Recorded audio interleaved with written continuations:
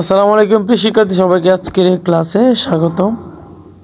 আজকে আমরা ডিগ্রি প্রথম বর্ষে ক্লাস নিয়ে আলোচনা করব রাষ্ট্রবিজ্ঞান প্রথম পত্র। আজকে আলোচনা বিষয় হচ্ছে রাষ্ট্র উৎপত্তি সংক্রান্ত বিবর্তনমূলক মতবাদ। ভূমিকা।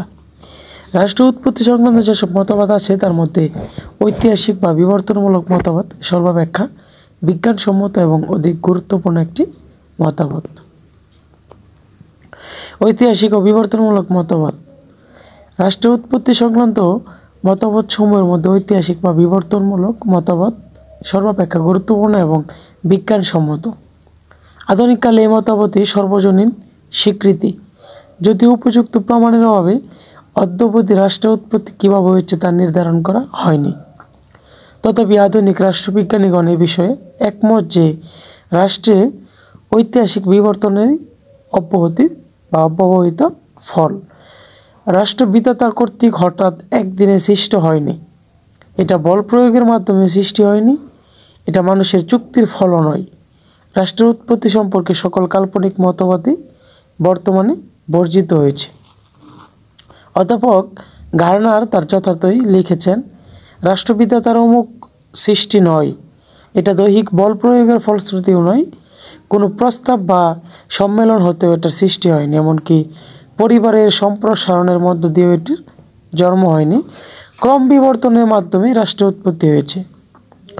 শিক্ষার্থী পরীক্ষায় ক বিভাগে এরকম আসতে পারে রাষ্ট্রের উৎপত্তি কীভাবে হয়েছে, তাহলে আপনারা শুধু দিবেন যে ক্রম বিবর্তনের মাধ্যমে রাষ্ট্রের উৎপত্তি হয়েছে।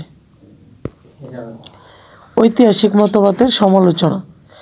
এ মতবাদ অস্পষ্টতা দোষে দুষ্ট বিবর্তনমূলক মতবাদে রাষ্ট্রের উৎপত্তি কথা বলা হয়েছে।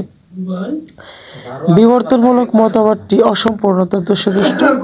এ মতবাদের সমর্থনের মধ্যে ব্যক্তি সম্পত্তি ও রাজনৈতিক চেতনার ফলে রাষ্ট্রের সৃষ্টি হয়েছে।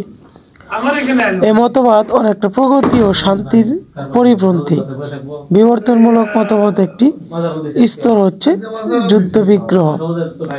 এ মতবাদে রাষ্ট্র কখন সৃষ্টি হয়েছে তার কোনো স্পষ্ট প্রমাণ নেই, শুধু জানা যায় কিভাবে রাষ্ট্রের উৎপত্তি হয়েছে। উপর্যুক্ত আলোচনা শেষে বলা যায় যে রাষ্ট্রের বিবর্তনের একাধিক উপাদান কাজ করছে। এক্ষেত্রে রক্তের সম্পর্ক, অর্থনৈতিক প্রয়োজন, যুদ্ধ বিগ্রহ, ধর্ম ও রাজনৈতিক চেতনার উল্লেখযোগ্য অবদান রয়েছে। এসব উপাদান পরস্পর পৃথক বা স্বতন্ত্র নয়, বস্তুত তাদের মিশ্র প্রক্রিয়ার মাধ্যমে রাষ্ট্রের উৎপত্তি ঘটেছে।